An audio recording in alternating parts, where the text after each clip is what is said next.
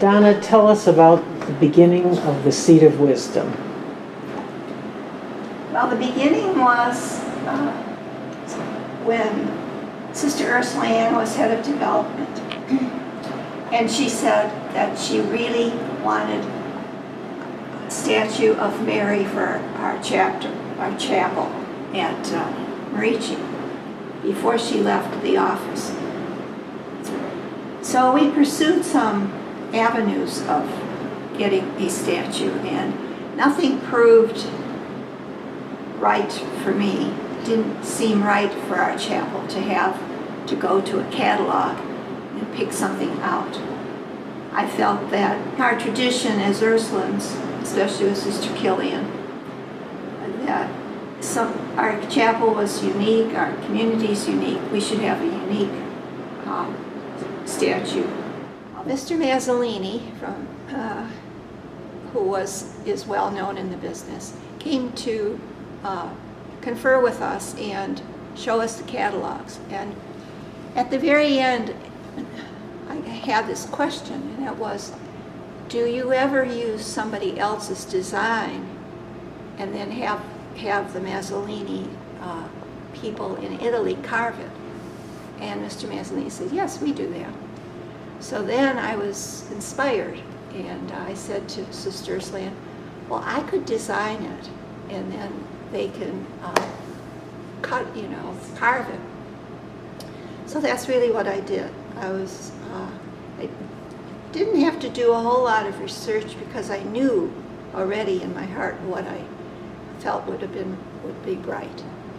So I did some sketches, real quick sketches, and it finally came to a combination of Our Lady's Seat of Wisdom and Our Lady of the Sign, which is much more of a Byzantine image of Our Lady. So our statue was a combination of both of them. Our Lady's Seat of Wisdom was very popular in the Middle Ages, and basically she is shown as the throne upon which sits Christ, who is wisdom. So she is the seat that's supporting him. In other words, she gave him life. She made it possible for him to fulfill his role on earth. So she's very regal, very popular in many of the universities in Europe during the Middle Ages. So sede sapientiae is the Latin term for her. In my carving, I did not, some carvings have her seated on a throne. That's more Western. But I didn't want to introduce the throne because thrones are not what we have today. So I just let Mary be the throne and Christ sitting on her. This is not a popular version of Mary today. Yeah. The throne, throne. Seated on the throne. Right. I think our theology shows her more to be the throne, to be the one who taught Christ, who supports him, who stabilizes him and presents him as the wisdom. And the crown? Well, actually she is she's now wearing a crown. Now in medieval ages she would be. See, this Mary is that's part of the Eastern style of this Virgin. So the Eastern version would have Mary without a crown, and she would have 3 stars on her clothing, one on the top and one on each shoulder. And those 3 stars are represented, they're carved in the statue. They represent Mary as a virgin before, during, and after Christ was born. And that's a typical standard presentation on Byzantine icons of Mary. Are those stars always in the same spot? Mm-hmm. On the shoulders? Each shoulder and the top.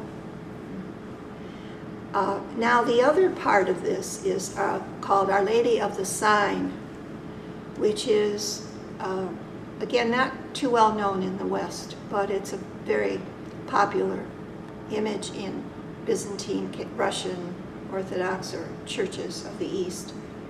Usually over the altar, but not always. And it's called, well, she's also called Mary, Mother of All, the Panagia, Mother of All.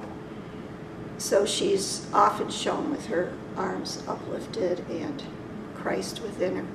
Our Lady of the Sign refers to the sign of Ahaz, that a virgin shall conceive and bear a son. And what that particular image is that Mary has Christ, but she's not holding him. He is in a, what we call clipius, or a circle, and he's seated within that circle.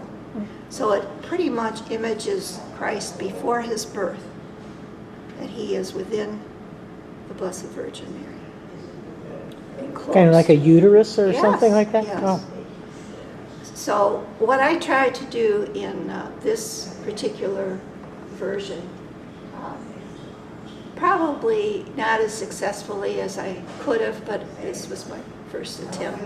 I tried to show Christ, I wanted Christ in what is known as a bas-relief, not deeply carved into Mary, but sort of right there on the surface. And that's pretty much what he is. He's not fully, in other words, he's not fully born yet. Mm-hmm. And of course, he wears a halo. If this were, I chose not to put the halo on Mary, just because of the silhouette. I didn't like the idea of the silhouette that it would make over the whole image. This round thing at the top. Oh. Appealed to me. And Christ is blessing with his right hand, like he does in most icons, even as a child. And he's holding the gospel book. Okay. So those are both usual parts of representing Jesus. And Mary's hands are really kind of my own variation. I wanted her to present Christ to us with one hand, as she does with her left hand. Now, up there, that looks like, do you mean looking at us, or? Yes. Because it looks like her right hand is offering him to That's us. right, it is the right hand. You're right. I don't know with my right hand. Okay. Yes, the right hand is presenting him to her. And she does this also in other images of her. There's the Virgin of pointing the way, or the Virgin showing Christ, presenting him to others. And usually in that presentation, she's not looking at him, she's looking at us, to whom she is presenting Christ.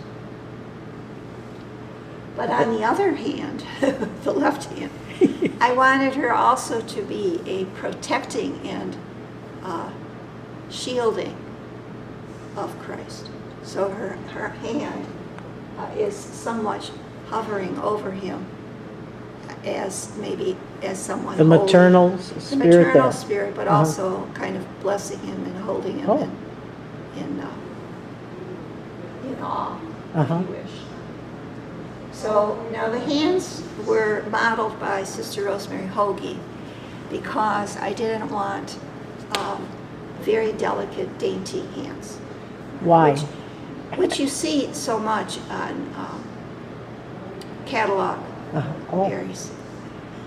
Well, I didn't want Mary to be first experienced as pretty. Oh. You know, a lot of our statues of Mary, a lot of them, not all, show a very pretty lady, very dainty and, kind of frail. And I just felt the seat of wisdom, Our Lady of the Sign, these are very strong women. These are women of wisdom and truth, and of the Bible, scriptures, and that the strength, her strength would come through. So the large hands were part of that strength. And then, so I made some sketches, and we discussed them with the council, and it was okay. So we got Mr. Mazzolini back, and he told me that I have to make a scale model of what I wanted out of clay, plasticine clay. So I did that. And then he shipped that to his studio in Italy. I didn't know you could carve things. I didn't carve, it was clay. But It was well, modeled. I didn't know you could do that. Oh, yeah. Well, be darned. I Just knew you like could paint Play-Doh. and everything. Just like Play-Doh. Wow. But the thing was to keep it in scale. Uh-huh. So I had to do a drawing in scale with the guidelines, and then I was able to do the... Now, how did you decide on your scale? Like, based on the chapel wall or something like No, that? actually, it was what would be easy to mail and to get over there. Really? You know? So I didn't... Oh, she you was- mean sending to them? Yeah.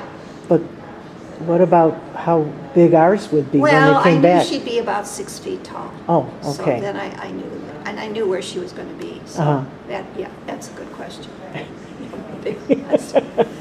So she's 6 feet tall.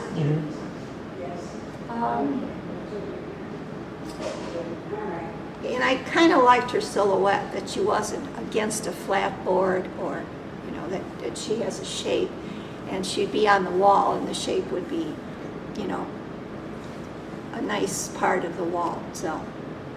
So then the next part was basically the carving that was taking place in Italy, and I would get images through email from the studio showing the progress on the work.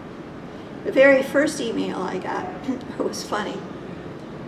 It was a redrawing of my drawing, and it said that we don't think you wanted what you said you wanted. We think that this is maybe what you wanted.